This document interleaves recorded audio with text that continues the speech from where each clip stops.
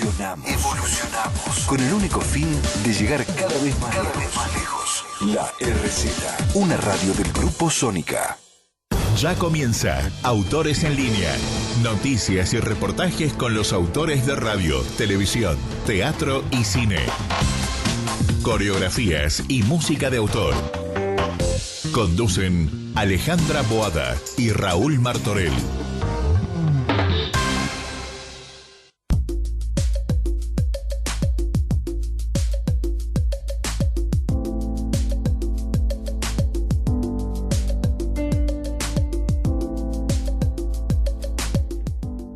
Buenas tardes a todos nuestros oyentes. Hola Raúl Martorell, ¿cómo estás? ¿Cómo estás, Alejandra Boada? Feliz de estar acá, otro miércoles en vivo, sí, para hacer Autores en Línea.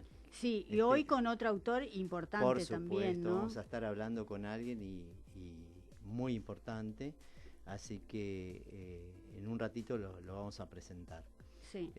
Feliz de estar acá y por supuesto, como digo yo, este programa lleva ya, ¿cuánto llevamos? Y casi 87 programas. 87 programas y pasaron más de 100 autores porque hay programas que tienen dos autores. Exacto. Y cada uno del país que se conecta, porque este programa se ve en todo el país y en toda Latinoamérica.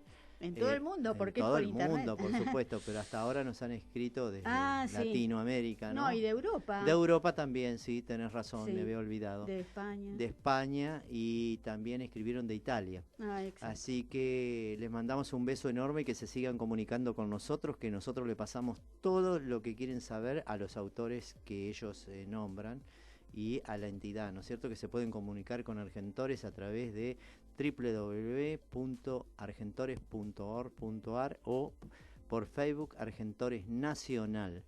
Así que felices porque cada vez es más la cantidad de gente que escucha el programa y que lo ve también, ¿no es cierto? Sí. Vamos a contarles que estamos en Radio Sónica, Callao y Perón, con toda la asepsia que corresponde. Recién acabamos de sacarnos y tenemos todos estos cubre micrófono, tenemos alcohol en gel que todo el tiempo nos estamos poniendo. Yo soy un exagerado porque me pongo a cada rato. Así que a partir de ahora vamos a vivir una hora con el autor, un autor argentino. Sí, igual me da un poco de miedo porque viste ahora el caso de Andy Kuznetsov y eso que a pesar de que tenían protección. Sí. Ellos se lavaban las manos en el aire y todo eso. Claro, pero no sé, él también trabajaba en la radio. Sí, trabajaba en otro lado. Estaba también mucho tiempo fuera de la casa, ¿no? Sí. Ahora, vos sabés que me llamó la atención porque contaron que bueno, que ahora habían puesto la cabina que ponen, viste, que te rocían y todo eso, que hace poquito que lo pusieron en ese canal. Yo pensé que lo tenían, porque por ejemplo donde yo trabajo, que es Crónica, que estoy 2 veces por mes, tienen una cabina desde el primer día, ¿no? Que es como, yo lo grafico así, que es como si fuese un lavadero de autos de esos automáticos y te rocían todos de los pies a la cabeza con mochilo y todo, ya entras desinfectados. Y después en cada estudio hay alcohol en gel, hay alfombras con productos y cada uno que te va poniendo los micrófonos los desinfectan y la cucaracha es individual, cada uno debe llevar su auriculares personal, o sea que me llamó la atención de parte del canal, ¿no? Que recién ahora vayan a poner todo ese tipo de protocolo. Sí, exacto. Bueno, si me permitís y lo presentás, tenemos el Notizada. ¿Qué te parece? Vamos a escuchar a Diego D'Angelo, sí, y que nos va a contar todas las novedades del SADA. Hola a todos, ¿cómo están? ¿Cómo están ustedes en Autores en Línea? Les hablamos desde el Sindicato de Autores de Argentina. Queremos contarle algunas novedades de esta semana, una novedad muy puntual que tiene que ver con las becas solidarias 2 del Fondo Nacional de las Artes. El Sindicato de Autores a los afiliados le ofrece la posibilidad de hacer la carta recomendación para que puedan presentarla, adjuntarla a su currículum, a su presentación, antes del viernes 17. Ustedes recuerden que esta beca arrancó el día 13, el lunes 13, y termina la presentación este viernes 17. Así que todos aquellos que quieran que el sindicato, siendo afiliados por supuesto, y solo a pedido de cada afiliado, pueden requerirnos al mail del sindicato, sindicatoautores@gmail.com, nos pueden requerir esa nota enviándonos ese pedido con los datos, nombre completo y DNI, y nosotros a vuelta digital, por decirlo de alguna manera, les estamos enviando la carta para que puedan adjuntar a la presentación de las becas solidarias 2 que presenta el Fondo Nacional de las Artes junto al Ministerio de Cultura. Que tengan una buena semana. Hay más novedades que vamos a compartir con ustedes en los próximos días. Cuídense, estamos en somosautores.webly.com, ahí Raúl ahora se los va a repetir. Un abrazo grande. Bueno, gracias Diego D'Angelo. Así que lo pueden buscar por la página, ¿no es cierto? Somosautores.webly.com. Muy bien. www.webly.com. Perfecto. Bueno, así que esas son las novedades del SADA. Aclaramos que es el Sindicato de Autores de la Argentina. Ahora te voy a contar algo de Argentores, ¿qué te parece? Perfecto. Bueno, sí. Te voy a leer del Consejo de Televisión, ser dialoguista o estructuralista, o cómo pagar el derecho de piso, se llama. Una cosa es pagar el derecho de piso y otra es la práctica que nos permite crecer, así se titula. Yo les tiro idea, yo anoto cosas que se me ocurren y después se las paso. La idea es mía, a mí se me ocurrió. Yo tengo una libretita y cuando veo algo que me parece que puede ser una historia, lo anoto. Yo les di el arranque, yo voy diciendo qué cosas quiero que pasen. Vi una película así, que puede ser una serie. ¿Por qué no te escribís unas paginitas? Dice el informe. Estos y otros pensamientos similares surgen muchas veces de los responsables de una producción de televisión que mayoritariamente desde mediados de los 90, poco a poco, han creído, y lo peor, que todos han hecho creer a muchos autores jóvenes que con esas acciones el rol que ellos ejercen en la obra audiovisual es el autoral. Claro que esto se hizo posible porque al comienzo se concentró en pocos la producción de obras audiovisuales para la TV y luego el decline imparable de la producción de contenidos nacionales que terminaron por precarizar el trabajo del autor y sus derechos. Hay una ley, pero no la acatamos. Esto que vemos expresado en tantas acciones en nuestro país también se refleja en la empobrecida industria audiovisual argentina, la ley 11723 de la propiedad intelectual.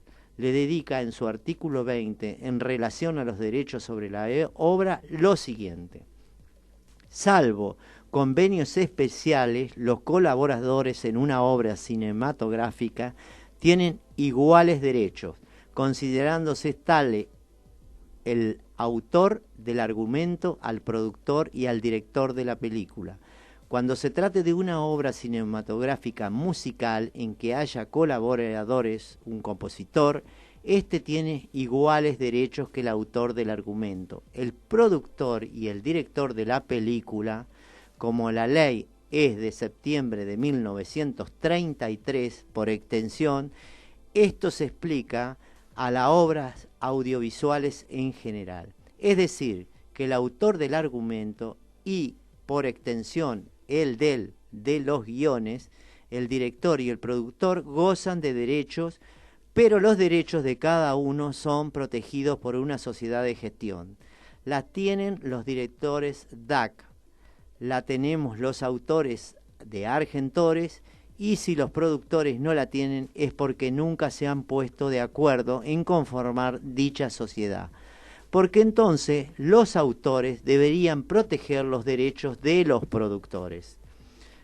O sea, repito, ¿por qué entonces los autores deberían proteger los derechos de los productores? Pero volvamos al comienzo. Tengo una idea para una serie, la vida de Carlos de Gardel desde que nace en Toulouse hasta que muere en el accidente de Medellín.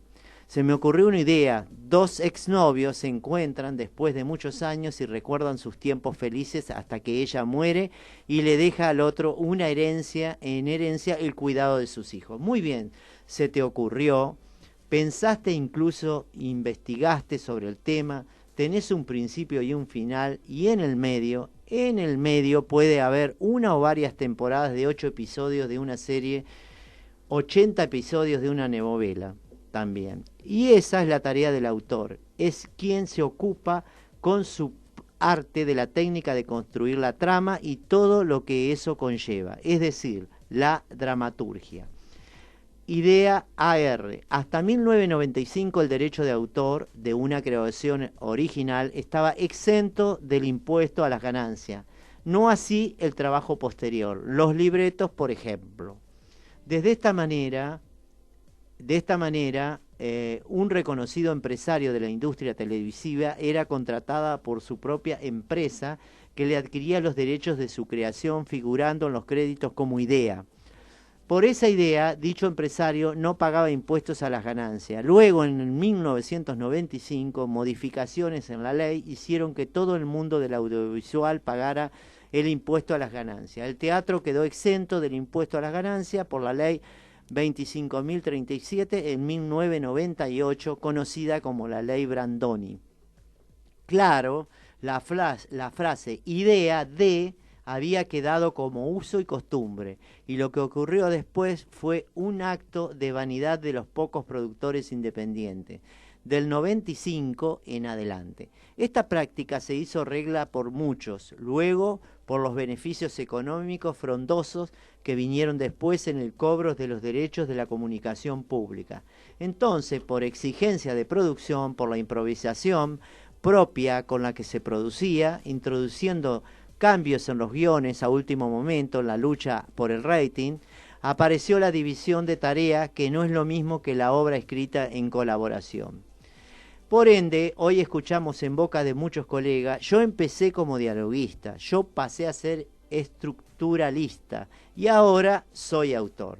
Como si todas esas tareas no fueran un aporte desde cada autor a cada obra literaria final en colaboración. Lo que siguió fue otorgarles esas funciones a jóvenes escritores que recién comenzaban su camino profesional, porque entre otras cosas eso significaba una mano de obra barata. Lo lógico es que esos jóvenes, aún egresados de ámbitos académicos, no habían adquirido las herramientas que solo dan las prácticas profesionales. Es decir, que uno va aprendiendo con el tiempo, disponible 24 por 24 horas. Fueron obteniendo un bajísimo porcentaje en la distribución de los derechos de autor. La Sociedad General de Autores de la Argentina, Argentores, consideró que había que poner un límite y se dispuso que nadie podía percibir menos del 5% de los derechos de la obra en colaboración. Y hoy nos sumamos a ese cambio establecido en el cumplimiento de la ley argentorista, que anuncia en su artículo 17 el reglamento interno que solo los autores pueden participar en la distribución de los derechos. Esta y otras medidas relacionadas al porcentaje de su participación en la obra que estamos estudiando van a posibilitar enaltecer la figura del autor, como lo establecen en sus objetivos nuestros estatutos, con el indispensable apoyo incondicional de los autores de trayectoria.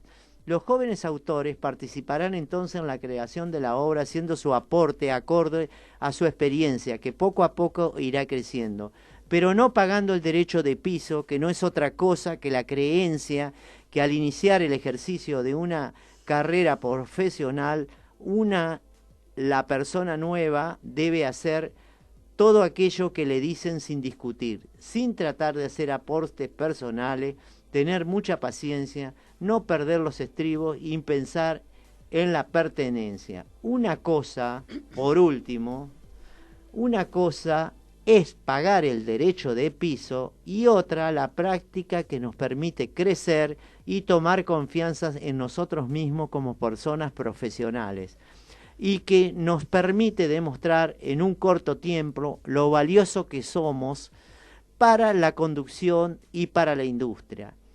es darle la posibilidad a los jóvenes de crecer y desarrollarse también para que en el futuro otros jóvenes que recién comienzan no repitan su historia. Esto lo firma el Consejo Profesional de Televisión, cuyo presidente es el señor Jorge Maestro, junto con todo el Consejo. Así que si quieren releer todo esto que yo les leí, pueden encontrarlo en www.argentores.org.ar y entran a televisión y van a encontrar este documento, que es muy importante para todos los que comienzan. Muy bien. Bueno, vamos a presentar a nuestro invitado. Todos los autores tienen la palabra en Autores en Línea.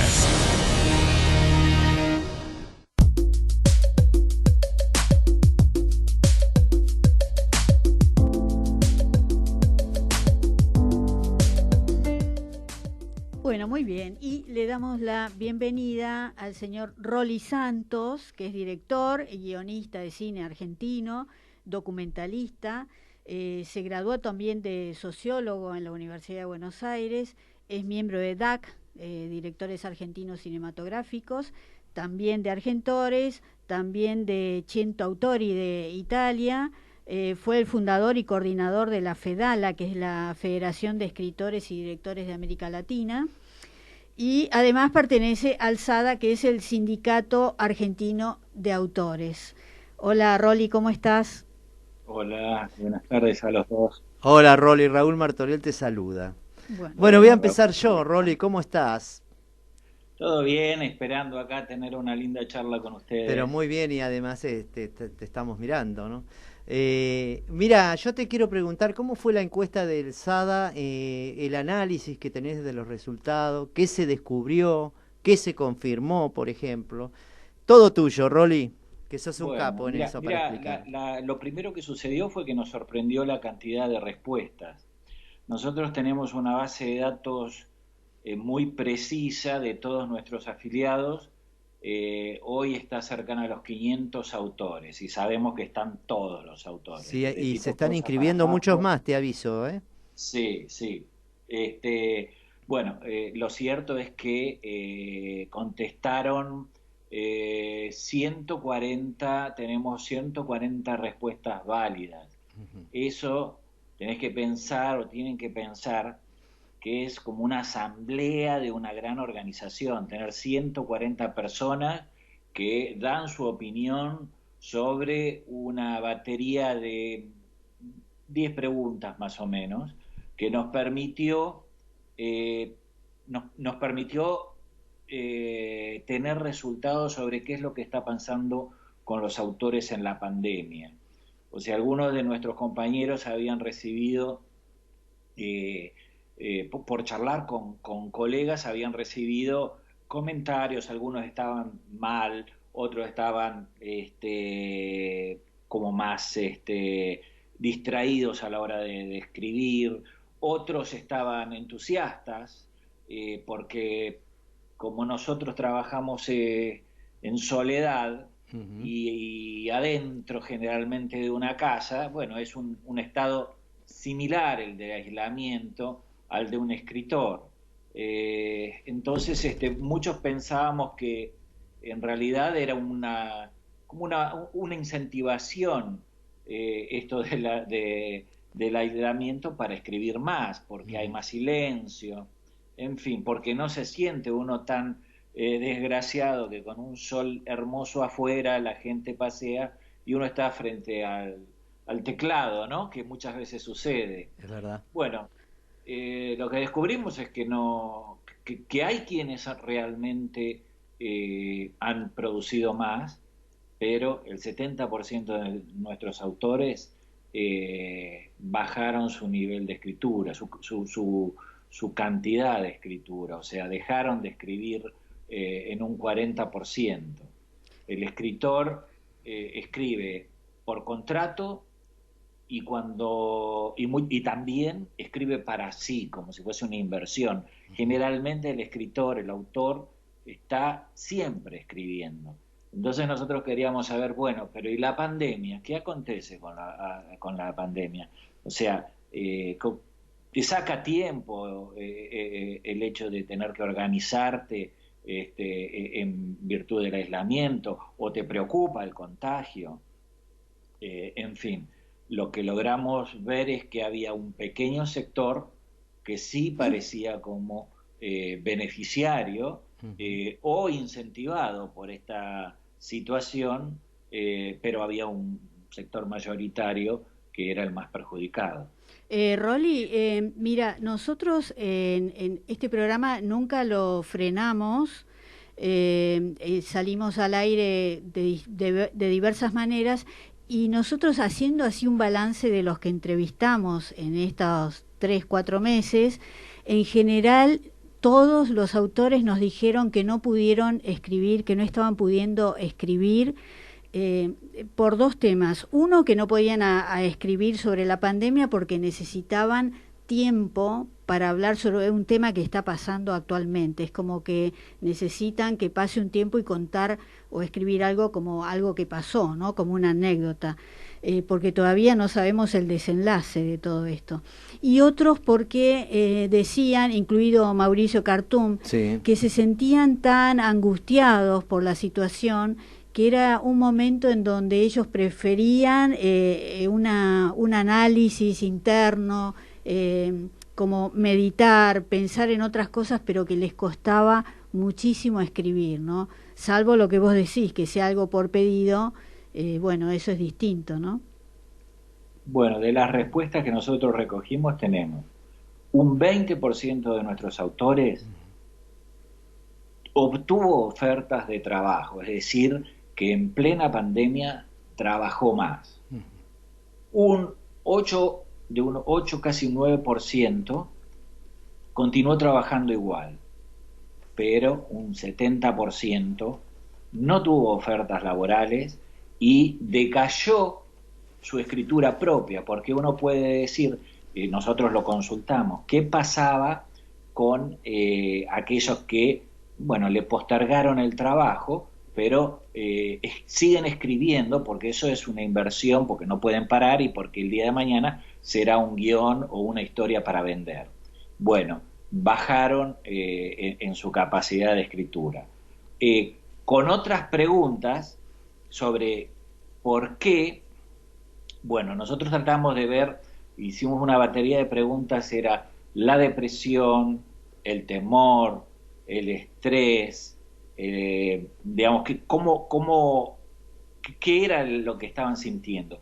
En otros casos, la motivación. Debo confesar que yo al inicio me sentí motivado para escribir, y creo que algunos se sintieron motivados, pero no sucedió con la mayoría. Y acá hay que ver el tipo de autores que nosotros tenemos.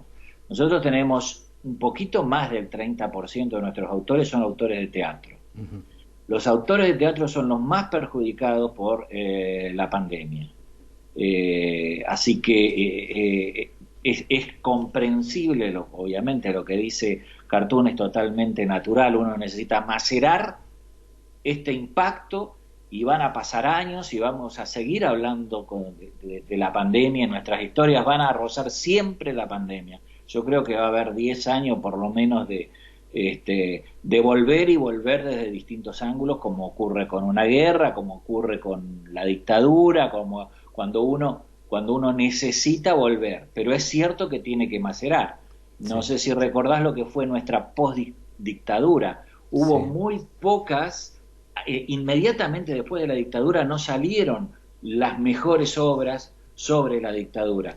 Salieron algunas que estaban atragantadas, algunas muy buenas, como la que escribió Aida Bornik, pero después, durante más o menos, a partir de 5 años después, empezaron a salir las obras sobre la dictadura, porque se empezó a contar. Había muchas cosas que... Es verdad. Sí. Sí. Bueno, dentro de esa encuesta, ¿qué otras cosas preguntaron? ¿Qué otras conclusiones sacaron? Yo creo que la conclusión final, a mi juicio, es que de nuestro sector los autores teatrales, como necesitan del show, del plató, sí, y al estar el aislamiento imposibilitado de eso, es nuestro sector más vulnerable. En el caso de la televisión, ahí hay un pequeño sector que se vio beneficiado. ¿Por qué? Bueno, sabemos de que el streaming y el encendido de TV, que era una cosa que por debajo de los 40 años nadie miraba televisión, la verdad es esa. Y sin embargo hubo un repunte hasta del encendido de TV. Bueno, se generaron programas y se van a seguir generando programas vinculados a las plataformas, y hay un sector de nuestros autores que ha logrado mantenerse en esa producción intelectual, en esa producción de escritura. Pero ese es un sector minoritario. Como conclusión, diría que es la pandemia a los autores la ha afectado, digamos, como que no hay término medio. O sos un perjudicado, sí, o sos del pequeño grupo de los beneficiarios. Y en el medio de eso aparece el tema de la franja etaria, de la edad. Aquellos autores que están jubilados y los más jóvenes, se observa que son los más fortalecidos. La vulnerabilidad de nuestros autores están en la franja etaria de los 50 a los 65 años. Es ese el trabajo que nos tenemos que dar para salir a ayudar. Muy bueno. Bueno, me imagino, bueno, vos contabas que en principio escribiste y después frenaste. ¿Cómo contestaste vos la encuesta? No, yo, como te dije, yo era de los que pensaba que me venía bárbara, pero fue coincidente con que yo había terminado una serie y una película, y no tenía tiempo de haberlas estrenado en su momento. Entonces es un caso, te diría, particular, no lo puedo tomar. Sí sentí una incentivación para escribir al inicio. Después fue el abordaje tanto de la serie Dédalo como de Agua a dos Porcos, que a mí me llenaron la actividad, la pandemia, y son cosas que yo puedo hacer en forma aislada. Pero cuando uno ve que los colegas que trabajan en teatro, que tenían obras y que tuvieron que bajarlas de cartel y que no saben cuándo van a volver a estrenar, bueno, la cotidianeidad después te va absorbiendo y posiblemente te saque tiempo para escribir, ¿no? Porque es la cotidianidad. Más el tema de la enfermedad, porque, por ejemplo, yo me cuido. Muy bien. Creo que eso también nos preocupa, ¿no? La enfermedad. Sí, sí, por supuesto. Estabas hablando de la serie de Dédalo, que la estrenaron en Canal 9, y yo la vi el fin de semana, está por Cinear, así que la gente la puede ver ahí. Contame un poco, bueno, de qué se trata y cuál fue la repercusión cuando la publicaron, la pusieron en Canal 9. Mira, es un libro de Tato Tabernice, es una historia que veníamos trabajando desde hace tiempo, habíamos intentado, teníamos dos versiones, una de largometraje y otra de serie. Originalmente fue una obra de teatro de Tato, y después, gracias a los concursos que había tanto en la Ciudad de Buenos Aires como en el Instituto de Cine, vimos la oportunidad de hacer un proyecto de serie, y serie corta, que es lo que me parece que era lo más interesante, series de 26 minutos y de 8 capítulos. Así que participamos de uno de esos concursos del Inca, por suerte pudimos ganar y conseguir los fondos para producirla.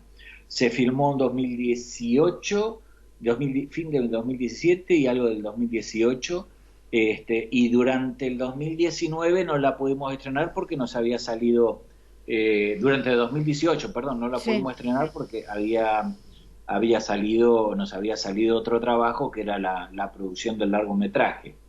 Entonces, cuando teníamos la posibilidad de estrenarla en televisión, apareció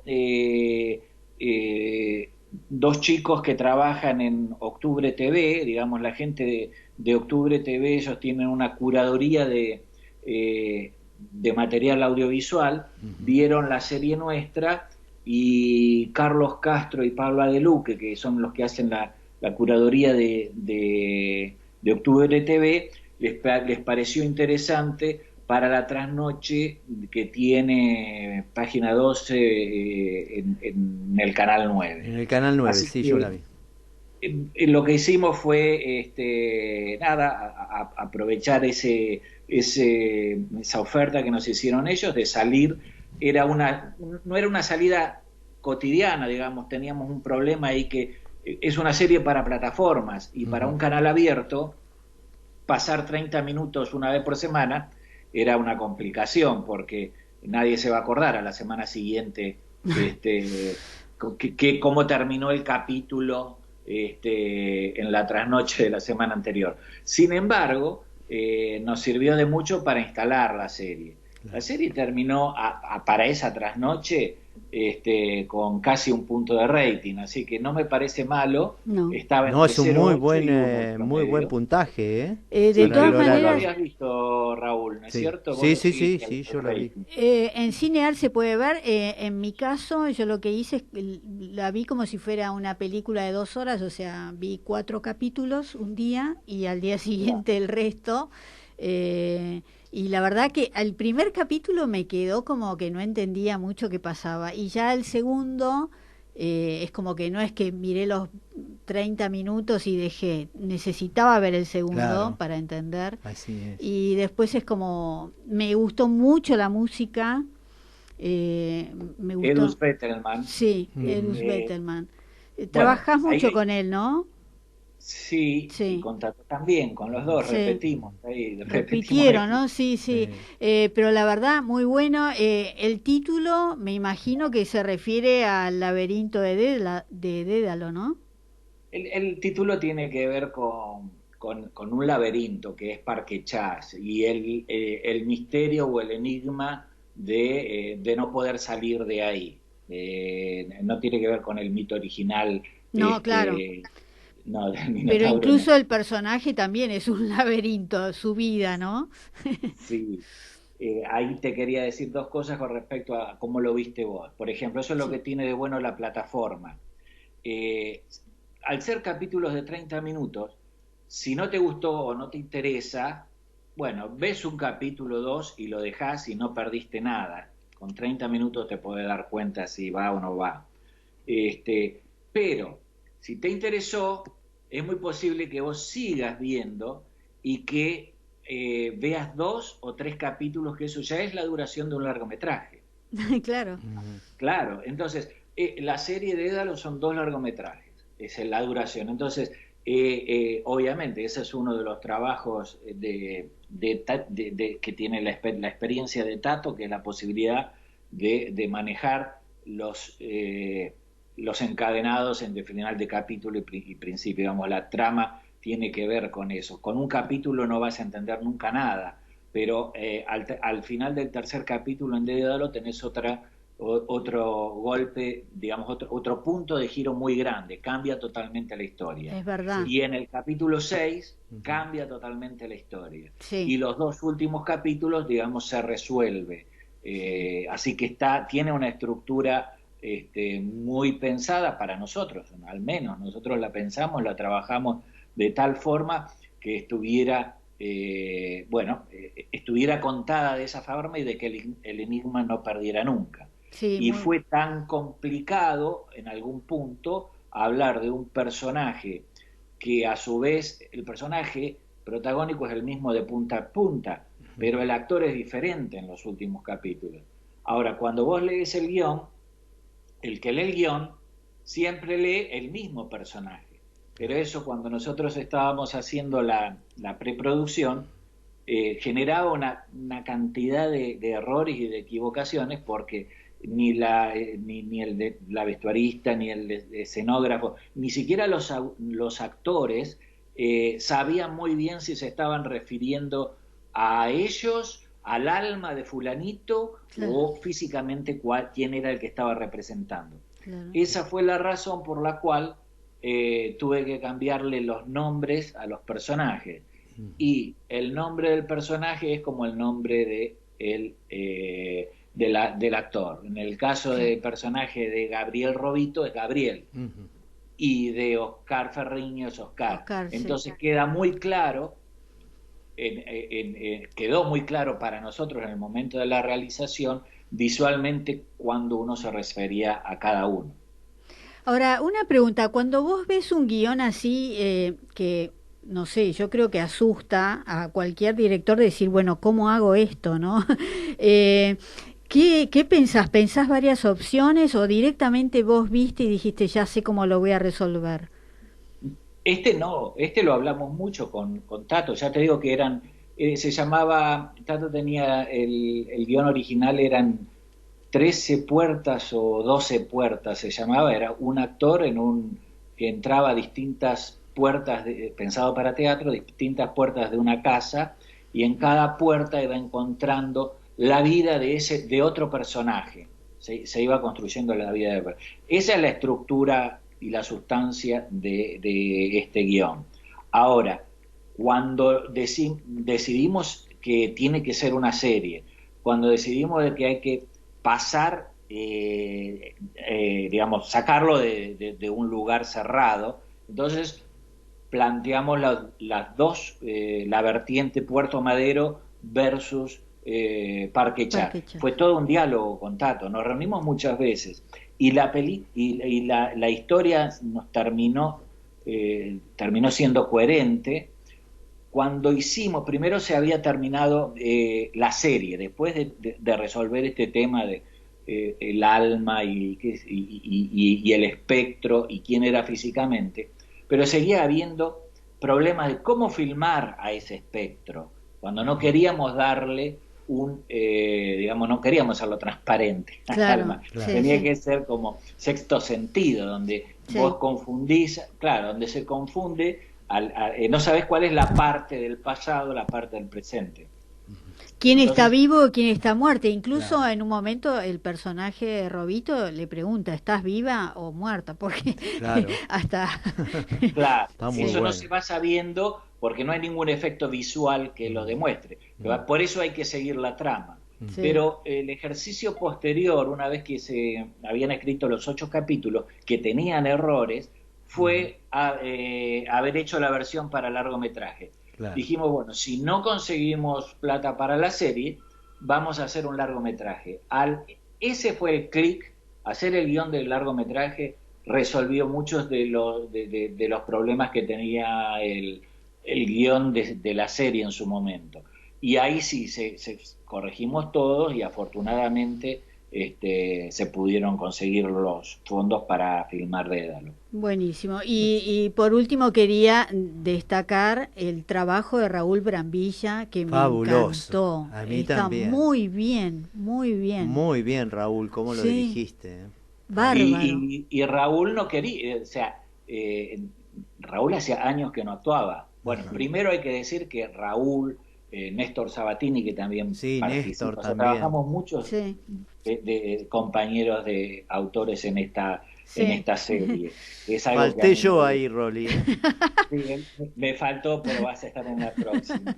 En la otra, porque ahora hay una de animación. Sí, pero, por supuesto, ahora vamos a hablar. Es algo que a mí me gusta, la posibilidad de trabajar con gente que yo conozco, ¿no? Y Raúl fue muy bueno.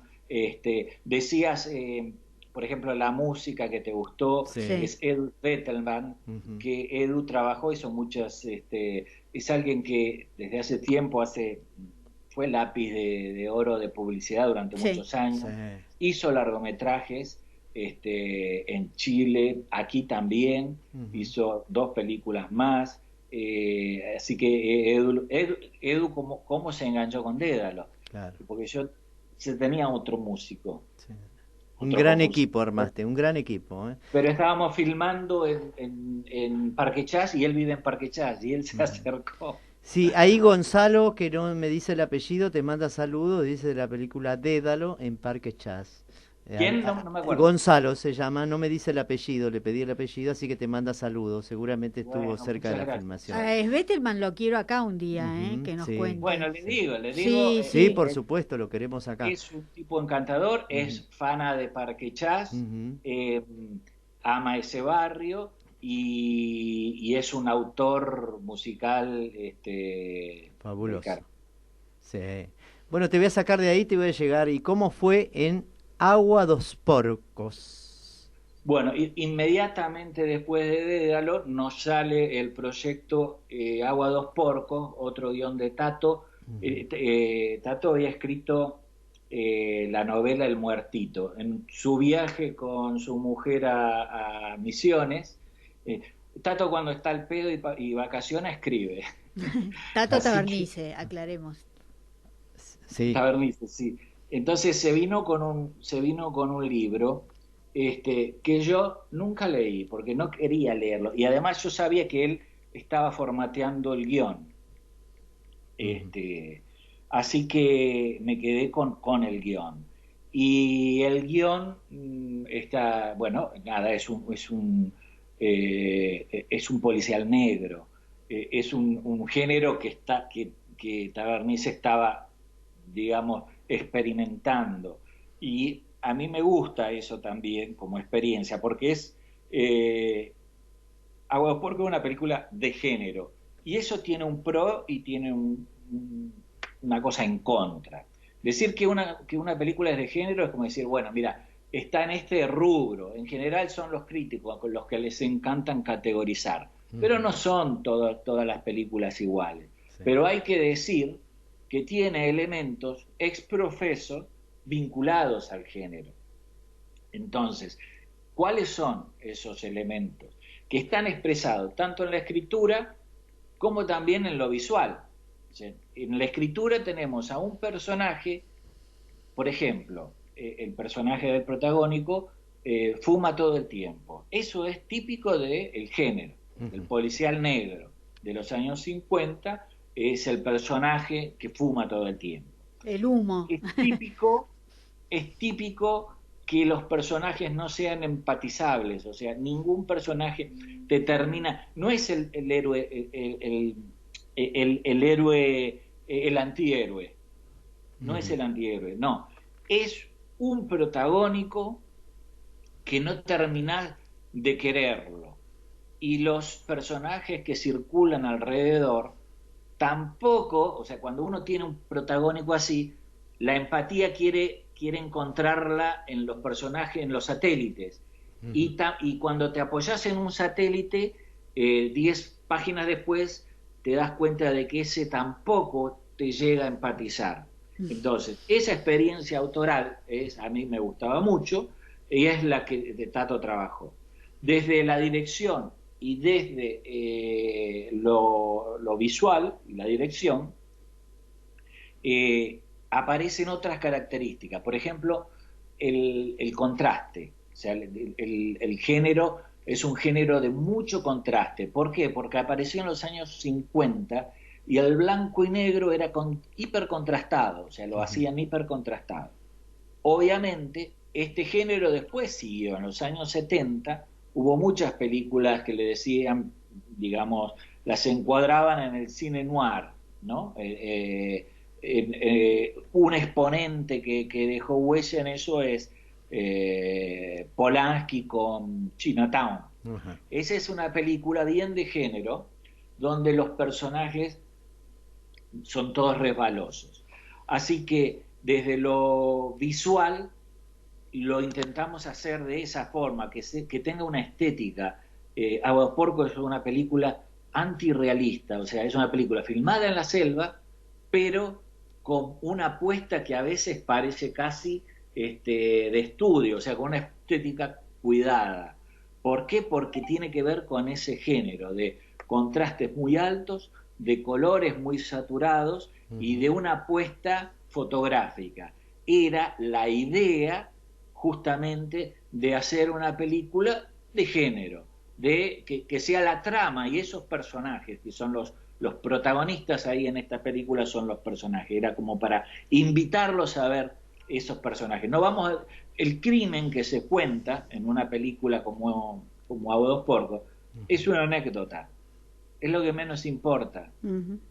La temática tampoco es obviamente que arrastra, pero ahí son las relaciones entre los personajes lo que nosotros intentamos trabajar. Eso es Agua de los Porcos, que se va a estrenar por Cinear, por la pandemia, obviamente, si no se estrenaría en salas de cine. Esperemos que el año próximo podamos estrenarla en una sala. Se va a estrenar el 30 de julio también por Netflix, ¿no? Además de Cinear.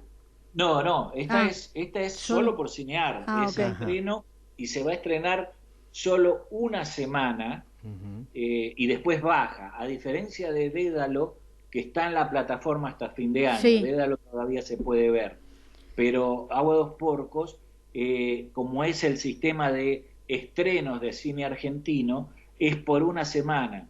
Y este es el acuerdo que tenemos con el distribuidor para que no perder audiencia el día que estrenemos en salas. Bueno, esto es el 30. Y ahora te quería preguntar del documental que hiciste sobre el café, que ese sí está en Netflix, yo lo vi ahí, que se llama, está en Netflix, está en inglés, que es Coffee for All, que es Café Pendiente. Contame un poco, porque la verdad me resultó muy interesante la temática de este documental. Ese documental lo hice antes de Dédalo y en Netflix se encuentra por el título en inglés. Sí. El título italiano es Café Sospeso y el título en español es Café Pendiente y por ese título no lo encuentra la plataforma, no sé por qué. O sea, ponés Café Pendiente y aparece Coffee for All, ahí te tenés que dar cuenta que es lo mismo, pero... Sí. Ese fue, en principio fue un momento donde no tenía trabajo, donde los que hicimos ese documental no teníamos trabajo y dijimos, ¿qué hacemos? Bueno, una forma de hacer era, la idea parte de Alfredo Federico, que es un argentino que vive en Italia, y nos conocimos a través de varios proyectos entre Argentina e Italia. Y... pensamos en esto de hacer un tema en común y poder filmar en Italia, en Estados Unidos y en Argentina. Y el tema del café pendiente es una historia muy linda porque tiene que ver con pequeños gestos de solidaridad encontrados en torno al café. El café, por un lado, es una bebida, pero el café, por otro lado, es un lugar social. El café tiene una impronta de reunión muy fuerte y la tiene desde hace muchos años. Y en el siglo pasado, los obreros en Nápoli habían inventado una costumbre que era la de aquel que podía, iba al bar, pagaba 2 cafés y solo consumía 1, quedaba 1 pendiente.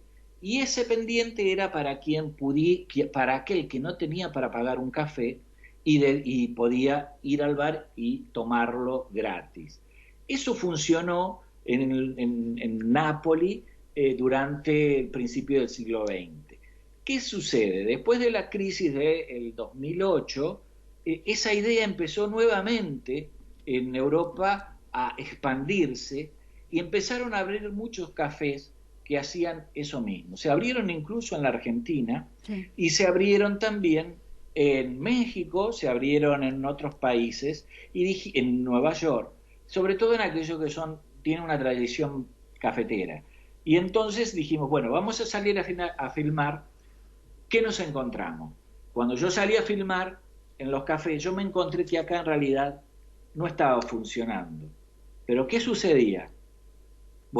Los actos de solidaridad son distintos, pero existen. Entonces lo que hicimos fue tratar de ver qué pasaba en los cafés de Argentina con aquellos que son habitués Y ahí me encontré con historias potentes, me encontré con un escritor, que es Martín Malarro, y que cuenta cómo él escribe en el bar, y eso también es una tradición muy nuestra. Me cuenta cómo él se relacionaba con los mozos, y a la vez algunos propietarios me contaron cómo ellos armaban sus bolsitas de medialunas y café para aquellos que no podían comprar el café. De ese material de Argentina, más el material de Italia. En Italia encontramos una historia muy potente de un rumano que vive en Roma y que es destinado por un robo, parte de la camorra, se sobreentiende que el chico es parte de la camorra, es detenido, y uno de los lugares donde lo mandan a hacer la probation es en la cafetería de Tribunales. Y entonces eso nos permite entrar a la vida del café en Italia, en Nápoles sobre todo. Y en Nueva York encontramos a una chica cuyo padre, hija de italianos, empresario, había ido por el sueño americano y creó una cafetera de esas que se calientan arriba de la hornalla, y parece que le fue muy mal. Le quedaron 5.000 cafeteras sin vender. Entonces, ¿qué hizo la hija? Bueno, la hija trata de recuperar la historia del padre. Cuando encuentra esas 5.000 cafeteras, ella también es empresaria y dice, bueno, les voy a hacer una cajita, un packaging, y le voy a poner una bolsita de café bueno, y lo voy a hacer tostar de esta forma, y logró, con ese emprendimiento, vender las 5.000 cafeteras que el padre no había podido vender.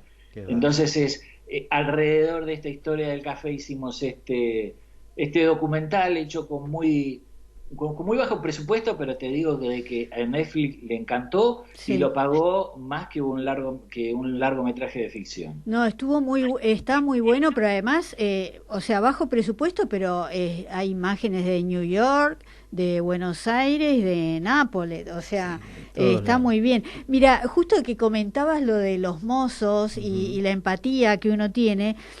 Ahora con el tema de la pandemia y todo eso, yo pido delivery a un bar que está a 2 cuadras de mi casa, y es rarísimo que viene el mozo a traerlo, porque como el mozo está sin trabajo, digamos, lo usan para que haga los deliveries, y se genera una situación rarísima, ¿no? Una persona que uno la conoce de ver que te sirve el café, de golpe está en tu casa, o sea, conoce tu dirección, tu piso, y viene a traerte la pizza o lo que pidas, ¿no? Es increíble lo que está pasando. Increíble. Bueno, te voy a preguntar algo porque... Nos quedan 3 minutos. 3 minutos. Acabas de terminar de escribir una novela sobre el tema que había llevado a la pantalla como documental, ¿no es cierto? Hiciste el proceso inverso. Terminó en novela, ¿no? Revés, y eso fue lo que hice, sobre todo lo terminé en abril. Fueron los primeros momentos de la pandemia. Es algo que venía escribiendo, pero la terminación de la novela es Las manos de Che Guevara. Yo hice un documental y una serie sobre las manos de Che Guevara. Al Che Guevara le cortaron las manos, eso se sabe, pero hay muchos enigmas detrás de esa historia. A mí me pareció muy potente el significado de las manos, y conocí a la persona que llevó en un frasquito esas manos desde Bolivia hasta Moscú, para que de ahí lleguen a Cuba. Hoy todavía vive, es un anciano, y siempre me imaginé, hice el documental, a él lo entrevisté y entrevisté a todas las personas que conocieron esta historia, y a mí me quedó siempre la idea de que me faltaban cosas, me quedaron muchas cosas fuera del documental. Hacer una ficción de eso es costosísimo, porque hay que hacer todo el recorrido de ese frasquito. Imagínate vos, en el año 70, un boliviano que solo habla español, un hombre en ese momento de 32 años, militante del Partido Comunista era él, y sale solito en avión haciendo 6 escalas distintas, pasando por aeropuertos, por dictaduras como la de Franco, pasando los controles aduaneros, que en esa época los pudo pasar porque no era como ahora. Claro, no había detectores. Fue una odisea total, y entonces había que ficcionarla, había que armar esa estructura, y eso es lo que hice, y ahora está en corrección, y espero poder editarla. Bueno, muy bien. Rolly, la verdad, te agradecemos mucho la comunicación. Nos quedaría una segunda etapa para hablar de que está por hacer animación, con animación, vas a seguir trabajando, pero lo vamos a hacer en otro programa porque se nos termina el tiempo, Rolly. Sí. Muy rico lo tuyo. Muy rico. Les agradezco a los dos por dejarme contar lo que estamos haciendo. Y nada, les mando un abrazo grande y acá estamos para cualquier cosa que necesiten. Muchas gracias, Rolly. Muchas gracias, Rolly. Gracias por estar con nosotros. Beso grande. Un beso Adiós. enorme. Y nos despedimos de la audiencia. Sí. Esto fue todo. Nos vemos la semana que viene. Por supuesto. Hasta luego. Autores en línea.